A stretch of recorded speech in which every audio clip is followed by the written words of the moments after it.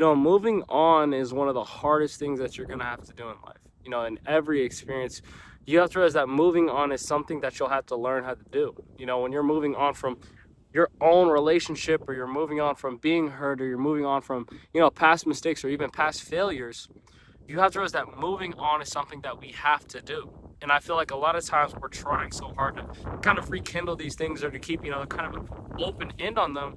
We have to realize that we have to let these things pass. We have to let these things kind of end in that sense. As soon as we kind of build so much on it and let these things kind of control what we do and ultimately how we move in the future, you have to realize that that thing is needed. That importance, that feeling that we're looking for, I feel like is something that some people are missing out on. When you're talking to people and you're waiting to hear back, you're waiting for them to kind of do something, you have to realize that that says everything about how they feel about you. No message is the message. When you're waiting for someone to kind of tell you how they feel, or you're waiting to kind of hear back on a decision, you have to realize that this person clearly is showing how they feel about you. A lot of times we're allowing the people that hurt us the most to have so much memory and to hold so much weight to our emotions because we're letting them. They shouldn't be given anything. We have to be a lot more emotionally dependent in that sense. The sooner you make your emotions more expensive, then people can't buy these things or take them from you. The more we start to kind of allow these people to kind of determine how we feel about ourselves and how we move in the future, you have to realize that you're no longer moving on. You're no longer allowing yourself to control your own destiny, but you're letting these past mistakes, these past people do it for you. If you want to build something new, if you want to have something for your future self, it all relies on you. And it relies on you realizing that this person isn't worth that time. This person isn't worth, all this energy and all this things we're looking for. You have to let it pass. You ultimately have to let those things go. And I feel like letting go has been one of the hardest things to do. You think about it, when you're trying to let go of people, you always hear about them, or you hear their name, or you see a post about them, and it makes it so much harder to move on because we're allowing it to have, this lasting connection. A lot of times that connection isn't something that should necessarily be there, but it's something that we've allowed to kind of keep onto us. We've allowed this connection. And I feel like the sooner we are with letting go of these things and letting go of even the possibility of it, burning that bridge, that's something that we have to do. It's something that we have to move on from. How do you expect yourself to kind of find these new things? You're waiting for something miraculous to happen with this person when clearly it's not going to. You're waiting on a message or that thing. That's not what you're intended to do. That's not what you're, supposed to be here for, especially when finding connections. You shouldn't have to wait for that person to learn how to treat you right. You should be given this opportunity. You should be given that love as soon as you are giving it to other people, not because it's reciprocated, but because it's deserving. As soon as you are able to be genuine and not put any conditions or limitations on your love, you're letting this experience or these things naturally happen. That's when you're allowing that same love to be returned onto you. I feel like so many times, people are trying so hard to get something out of it, or trying so hard to, kind of become someone they're not, or even trying to build someone to become someone they're not, that it's taking so much out of you and you're not getting anything in return. You have to be selfish when it comes to how you feel about these things and ultimately what you want out of it. If you're not going to get the thing you want from this person, but you have this potential idea of them, you have to let them go. The only thing you're setting yourself up for is heartbreak. There's no such thing as trying to build something right there, or trying to kind of heal this person when really that's their own job. Why would we assume that responsibility onto ourselves? And I feel like the more we try so hard to get someone to feel better or to see us in a certain light, the harder it's going to be to kind of find something new. I feel like a lot of times when we're forming connections, so many people have their own ideas or definitions. Even when it comes to dating, they tell you how to date.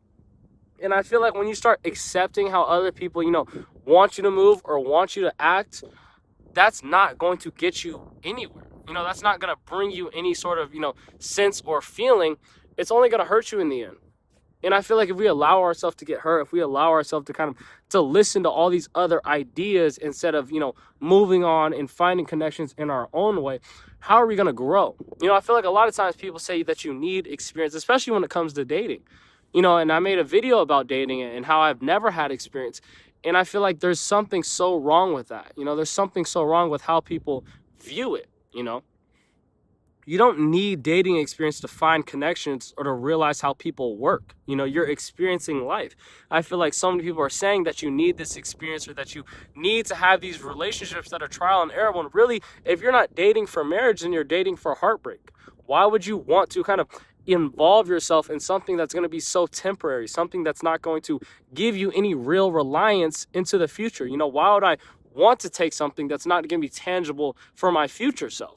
You have to set yourself up for success in this sense. That's why you get in relationships with people that you know are able to develop, people that you know will treat you right, especially when you're older. You have to realize that a lot of times these superficial things are being prioritized and people aren't realizing what really matters. What's at stake beyond someone's facade or their ego or whatever that thing may be. We have to look for something real. And that realness comes from our own experience, that own, feeling that we have when we are talking to people or we are trying to build something new.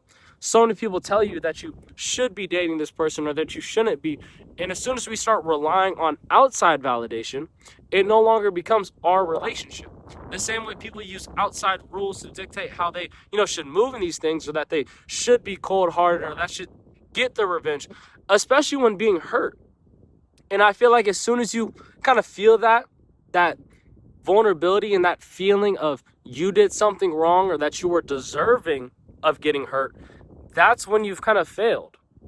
That's when what you're looking for and what you need are being kind of taken from you. Because you can't see yourself through a clear lens anymore. You see yourself through how other people see you. And controlling that thing and trying to be someone that you're not and letting people control it, now you're losing yourself. The more you let that take away from you, the more pain you're going to endure. As soon as you start conforming to other people's perceptions of you, you no longer will see yourself how you want to. You no longer will be able to kind of view yourself and have your own ideas because you're trying so hard to fit in. You're trying so hard to kind of become yourself, when really I feel like a lot of people say that you have to find yourself when really you create it. This is something that takes time and that you're actively pouring into every single day. How am I going to improve? How am I going to change? When I keep doing the same things, I keep telling myself the same, sentences, the same self-negative talks. You have to realize that if I'm going to the gym and I'm doing the same workout with the same weight forever, how do I expect growth? How do I expect to change? How do I expect something new to come from this feeling? Really, it starts with yourself. And that mindset that you develop, that mindset that you kind of adapt to say, the type of person that you want to become, to say, this is what it means to move forward and not really care about outside validation. That's what you have to rely on. You have to rely on yourself in that sense. No one's going to know you better than you know yourself. And I feel like when people are trying so hard to kind of keep up their image, keep up this feeling, keep up this idea that, so many other people are looking at them for or want them to kind of to have, it's setting yourself up for so much failure, so much loss, so much pain is going to happen because you want this other thing so bad. And I feel like as soon as we start letting go of that, when we're okay with failing, when we strive for failure, strive for judgment, that's when you've kind of found yourself. You found your own feeling. You found the thing that has made you the person that you are. I feel like we should kind of aspire to be that. We should aspire to be challenged, to be judged. When we are judged, you have to realize that no matter how other people feel about you, this is the person that you are. This is the person that you're becoming.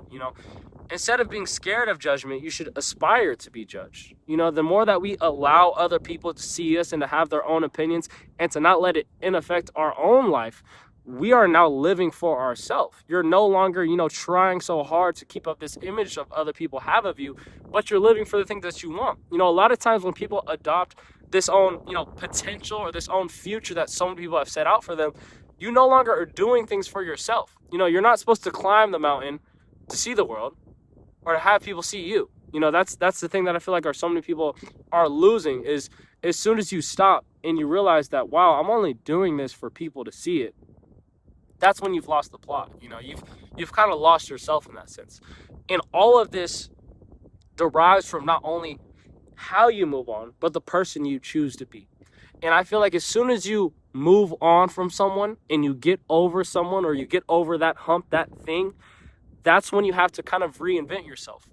And I feel like every few months you should be looking back and seeing the challenge. You should be seeing the growth, the many obstacles that you've faced. And you should say, this is a testament to my perseverance. This shows that I have character, that I have, something beyond myself. I can do this. I'm capable.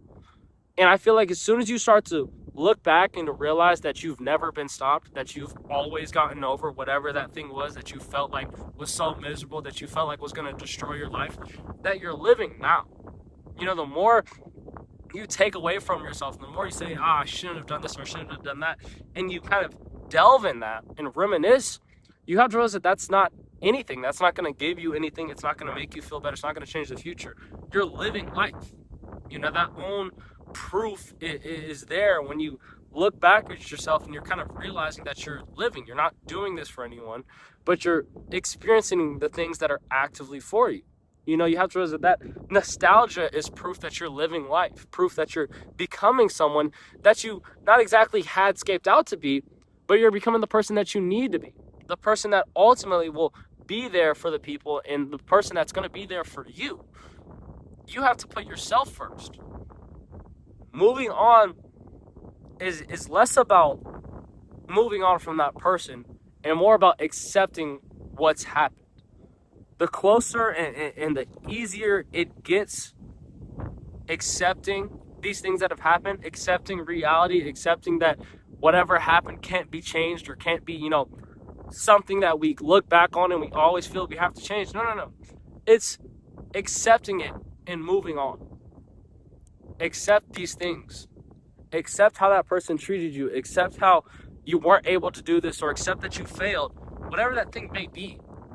But the sooner you do that, the easier it'll be to become that person.